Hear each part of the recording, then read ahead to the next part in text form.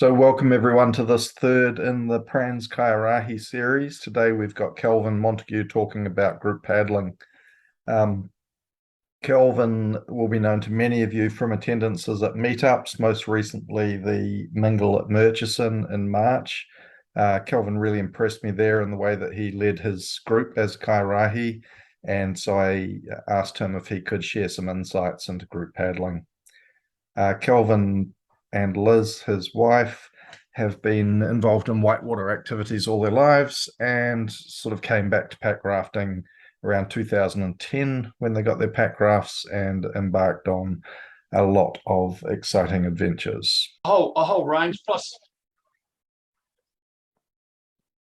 just a whole lot of recreational paddles I've done over the years with groups from two, me and Liz, up to 8, 9. So I'm going to talk about that experience, but also I just want to draw your attention to this little slide here. Liz and I have been messing around in boats for a long time, running trips with our kids. We'd set off on 7-day canoe trips in the Northern Territory. So there's a lot of sort of experience around how you plan a trip and how you execute, and we're going to try and talk about that today. Just a reminder that we're running trips in dangerous conditions. If you haven't paddled the Crooked River on the west coast, the put-in point, this is a photo from the put-in point with a very poignant reminder of a young a woman that lost her life there in 2004 kayaking the section.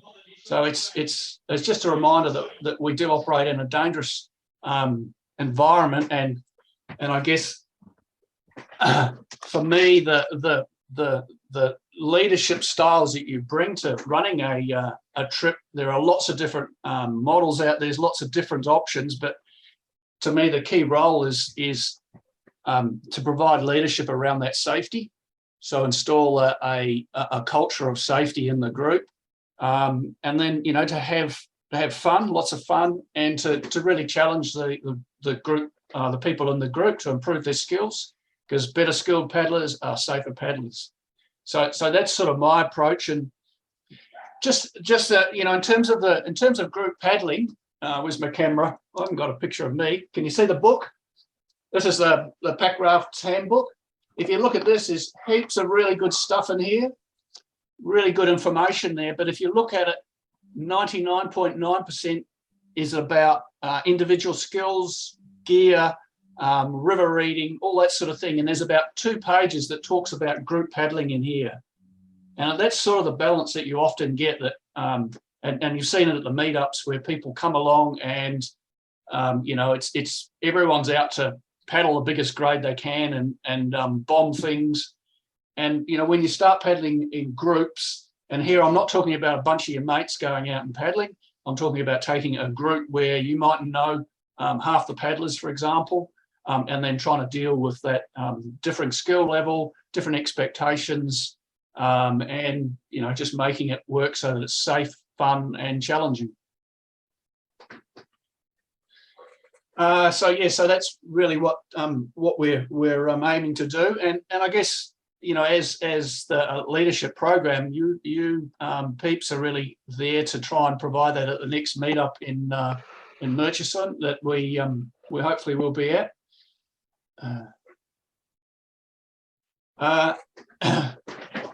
Swarms. Certainly, I went to Liz and I went to the second meetup at Boyle River. There were about 50 paddlers at that one, and it was very much pretty chaotic.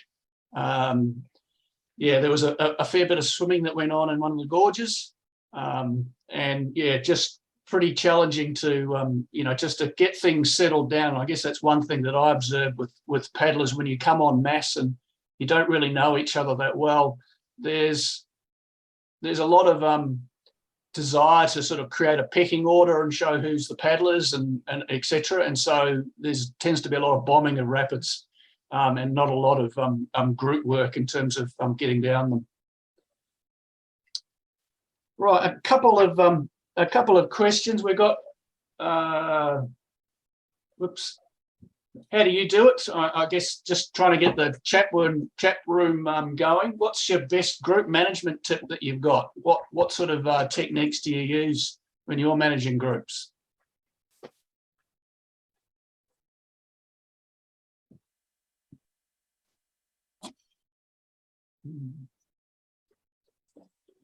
So we've got a comment saying that that the whole group rotates through the lead.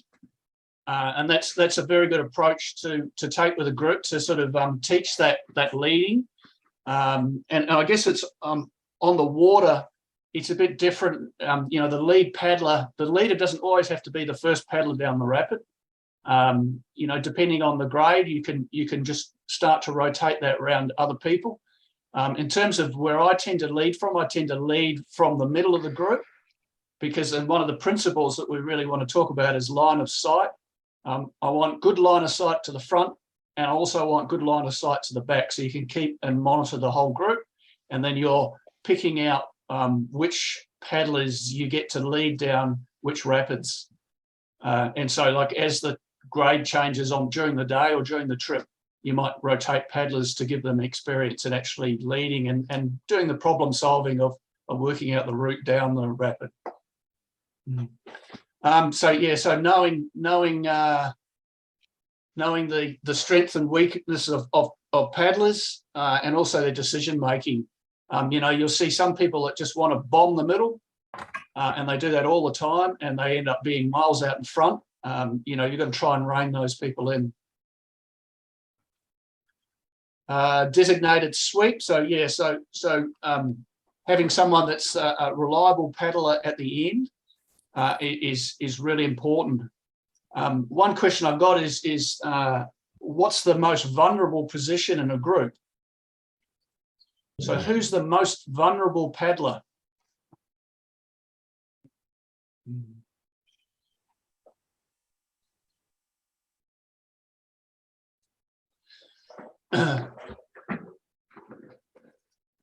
Most of you putting lead in. I tend to think that the most vulnerable is actually the sweeper at the end.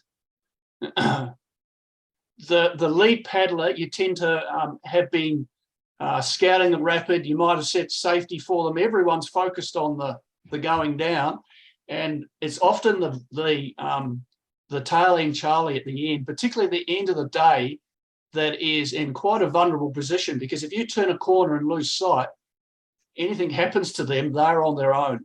And it's a really good idea to have a buddy system for the tail end Charlie. So you've got someone always watching back to make sure that your tail end Charlie is looked after.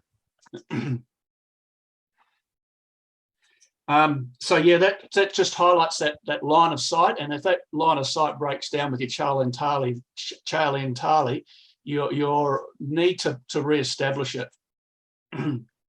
I don't know.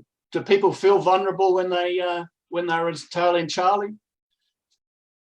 Yeah, the one I've noticed is where you're sort of sitting at the back, and the rest of the group sort of moves on thinking that you're walking the rapid because you've been setting safety for them, and then you sort of paddle the rapid and discover you're paddling it with no safety. That's pretty vulnerable. Yeah. One of the major incidents that we've had here in Australia is we had a near-death drowning of a tail end Charlie on the Colo River at low water levels. She went into a sieve, and it was the end of the day. It wasn't until someone turned around and said, "Where's Carol?" that they realised that something had gone wrong. And it was by no means a hard paddle, but sometimes, you know, you're fiddling around with your camera at the end and you just drift into a tree and you lean the wrong way and suddenly you're out. So it's those conditions that you've got to be really careful about. And when you're lost sight of your group, you don't have backup.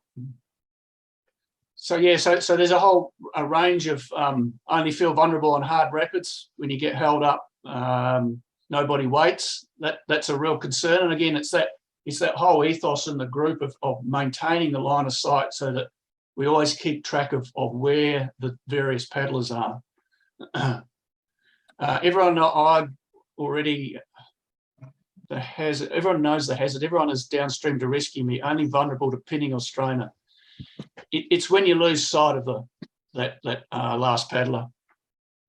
So the next slide is just about herding chickens, and I guess when you don't have a structure within your group and you don't have sort of an agreed a way of actually progressing down the river, and that should be really talked about at your briefing, how you're going to manage it.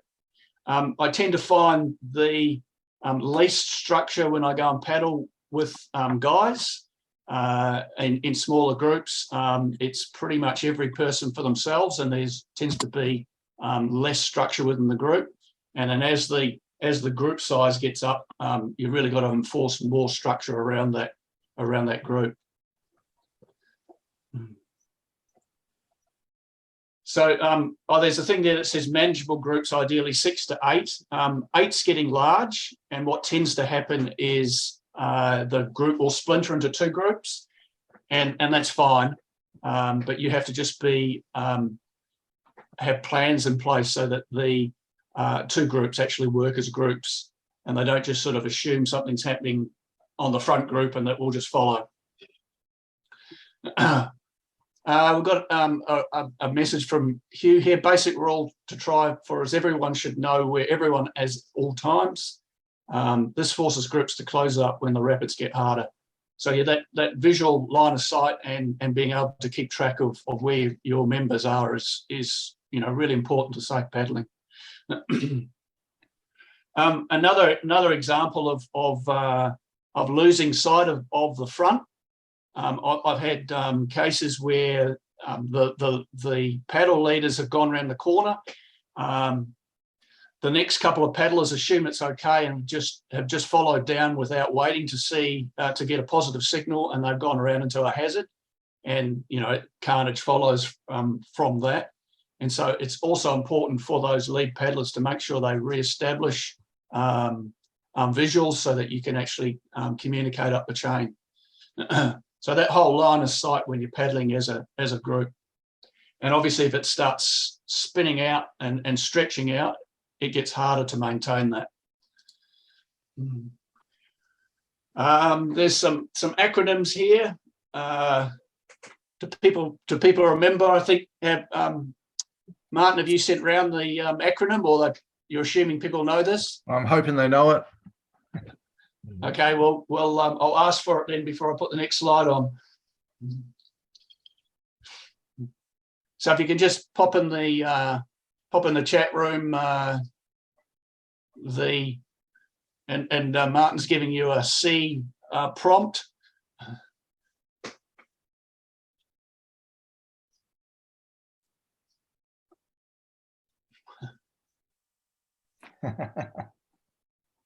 Paddle like. We've got one. Megan's got a C for communication, and that comes down to that line of sight stuff, being able to communicate within your group, avoiding a risk, assessing risk. What's the L for? Line of sight. And what do we left? We've got P. We've got avoiding hazards, or assessing the risk, avoiding and assessing risk. And the P. This is a quite an important one. Position of maximum usefulness. And when you're paddling with people that tend to just bomb it down the middle, if it's a long rapid, then they are pretty much there just to pick up the pieces at the bottom, and they're not going to really be able to provide much guidance or assistance within the rapid. So to me, I like paddlers that spend a lot of time facing upstream and sitting in eddies down rapids, and basically sort of helping out with the people coming down them.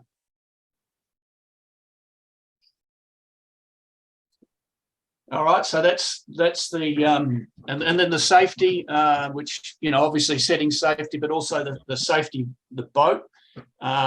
So if you are the first one down and no safety is set, then that is a vulnerable position as well, and you have to be, and that lead paddler has to be, realistic about their assessment of their skills and their capability to deal with what's down there. So really, the key feature there is you've got to be able to reliably eddy out in the grade that you're that you're leading on to go down a rapid where it's blind around the corner, for example.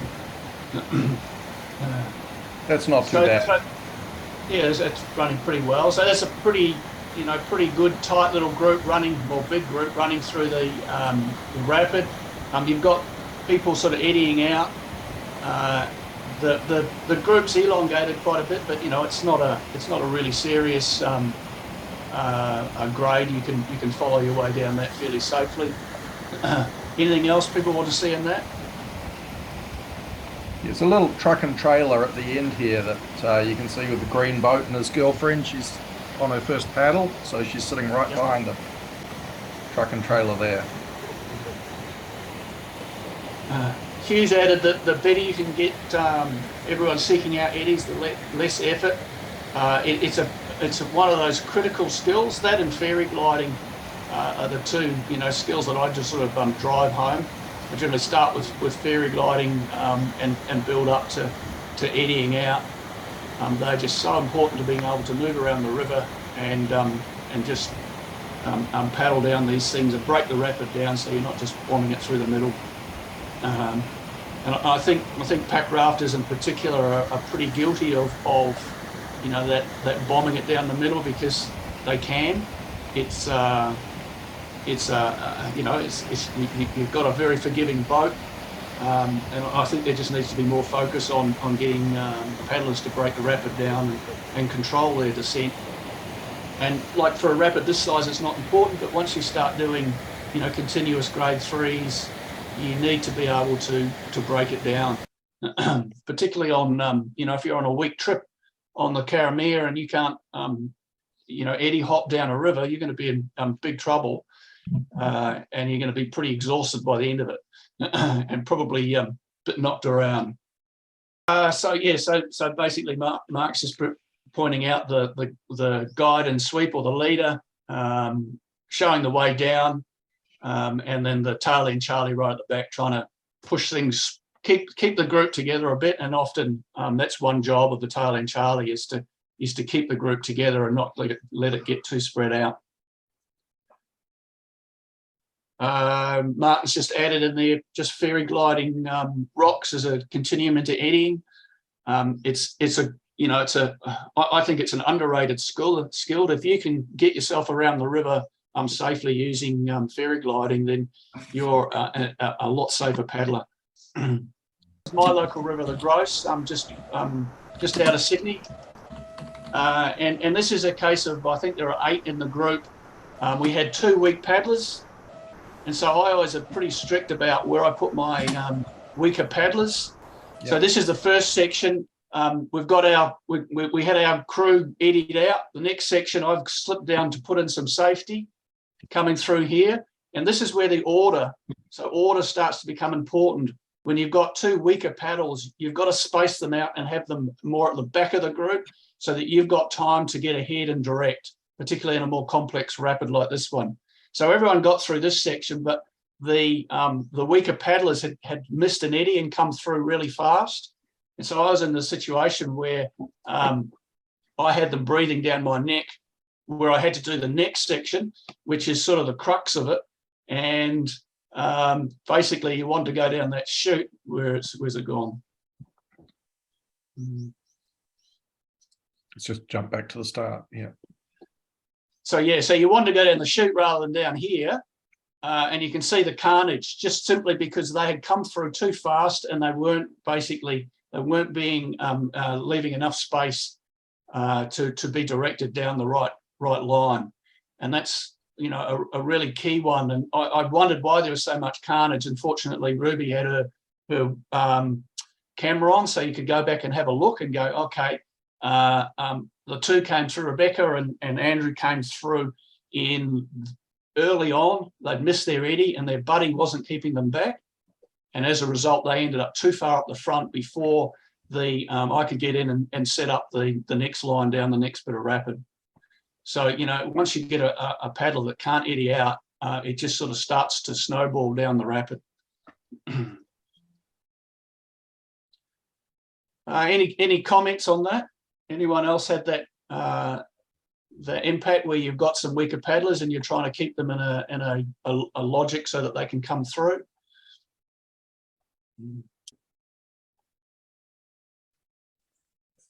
Yeah, I'd say, when people are bombing grade 2 stuff, just because they can get away with going straight through the middle of the grade 2 holes, and then they hit grade 3 and they just don't have the chops to, make a little swerve to get it to go around something at the last minute. I think that's the real key thing about practicing for grade 3 on grade 2, so that you've got those tricks up your sleeve.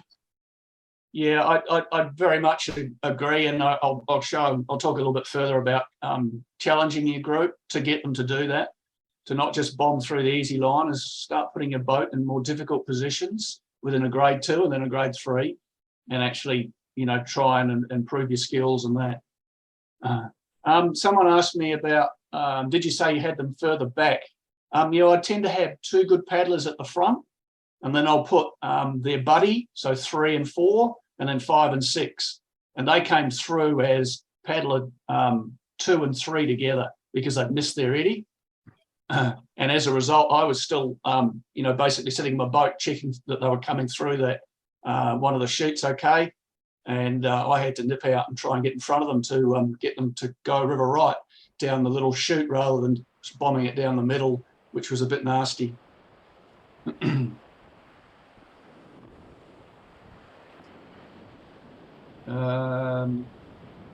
So I put up that rolling cover with the boat scouting just as an example of how much I personally learned paddling with Bill and Timon, because they've just got such discipline about the way they scout and the way they watch out for. And I just thought that was, it's not perfect, but it's just a good team sort of working together.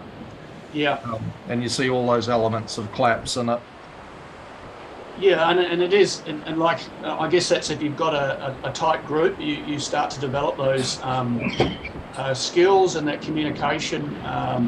It's when you come together as a group at, say, a meetup, that tightness is not there, and you have to try and impose it, and it can be quite difficult because people are wanting to get out there and bomb stuff and prove that they're a good paddler and etc.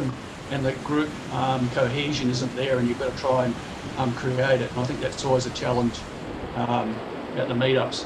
One of the things I did mean to say about the girl that died on the Crooked, that was a show and paddle, so she hadn't actually paddled with those 2 guys that she was with. And who knows if she'd been with a team that she paddled regularly with, whether she would have had better support around her to get out of the penny.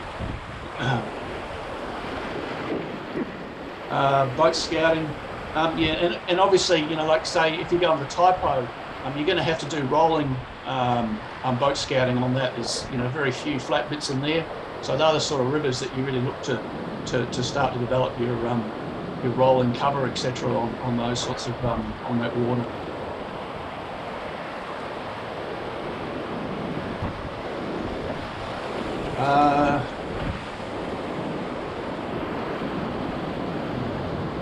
Yeah, and so bombing, Mark's has put in bombing grade 2 means no skill in grade 3.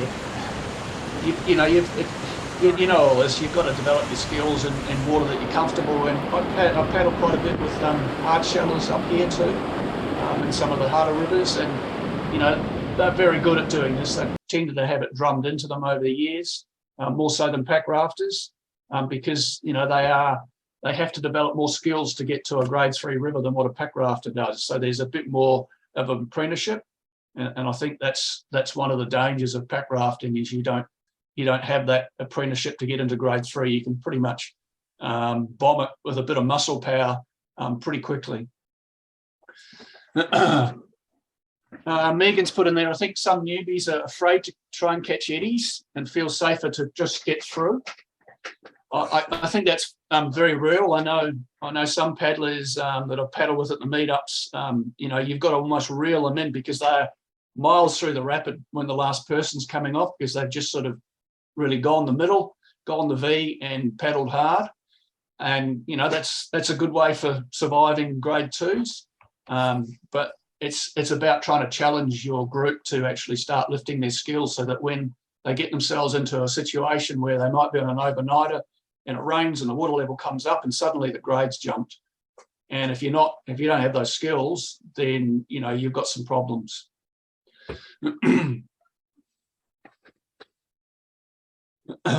Just another comment there. The bombers, and I'd say these the early paddlers generally are not good paddlers. They tend to be just survival paddlers, and a lot of it is muscle power to get through. And it is trying to slow things down. I think that's generally what I observe with groups, particularly groups which don't know each other. As a leader, you've got to try and slow it down.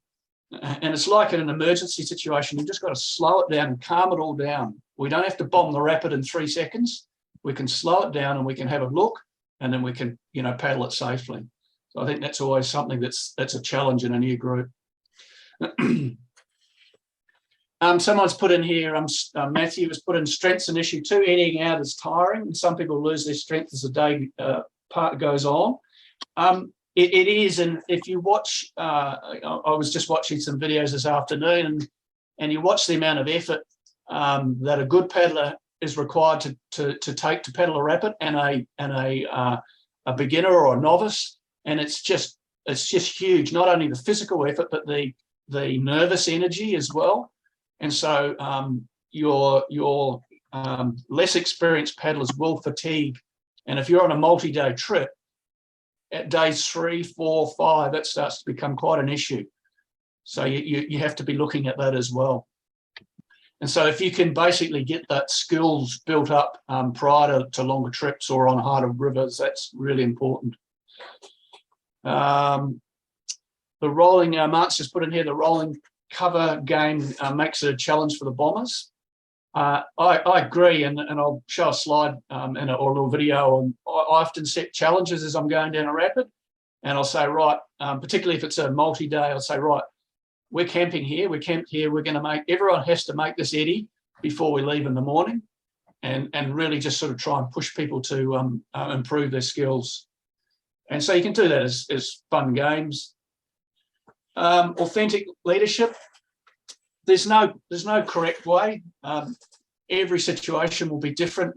The crew that you're paddling with, I was paddling last weekend with a crew that I haven't paddled with.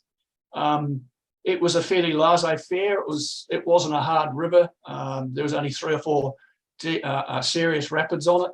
And once we hit them, and the leader or the guy that organised it knew the river, so he knew where they were, and so you could just click into the more structured mode when you came to that situation. That's our 2-minute warning there, I think. I can't see the timer, but I think we have about 2 minutes. Okay. I'll just chuck another little video up. This is Dan Hall from Tassie, absolute gun paddler. If you see Mark Oates' videos, Dan features them all the time. I had the privilege to paddle Franklin with Dan. And basically, if you ever get an opportunity to paddle with this level paddler, stick on their ass, follow them really, really closely, and you learn so much. We had another person on it, and he asked me, "Oh, Kelvin, you got any tips?" And I said, "Yeah." And he was sitting at the back of the group all the time. I said, "Yeah, sit on Dan's ass." You just learn so much from a good paddler. Another thing, I was going to talk about portaging. I think as a group, portaging is really an important one. You've got to create an environment where people are comfortable to portage. And also there's lots of things you can do. I've paddled with groups where it's every person for themselves, and then you'll have 3 guys sitting down the bottom for half an hour while we're waiting for the slow ones at the back. Do it as a team, pass the gear down, particularly rafts with zips in it. Learn how to rope a boat through. This is a case where I think I paddled it 4 times, paddling other people's boats. Paddle people's boats through, particularly loaded boats, is a lot easier. Group dynamics, particularly longer trips, are really important. The anxious paddler, just be really wary of them. I've had situations where I've been running safety, and they've just come without signalling, because they just get so anxious at the top of the rapid, and they just want to get it out of the way. They want to do it. Liz is a bit like that. particularly in her earlier paddling days. And I always had to make sure she comes through second, but I get her to come through second now because she's a competent paddler. And just this is another one. Oh, this is on the Snowy, but just a challenge. This is the eddy. Everyone had to get into the eddy before we left for the rest of the day. So it's just really good to set those things, and because pack rafts are so light, just make them carry it up and do it again. That's about it for time there. So thanks, Kelvin, for giving generously of your time and giving us those insights. For everyone on the call, if you want to make further comment, just jump on the Facebook event page and drop comments in there. Next up, I think, is a session on scouting in about a month. So we'll post details. Watch out for those. Thanks.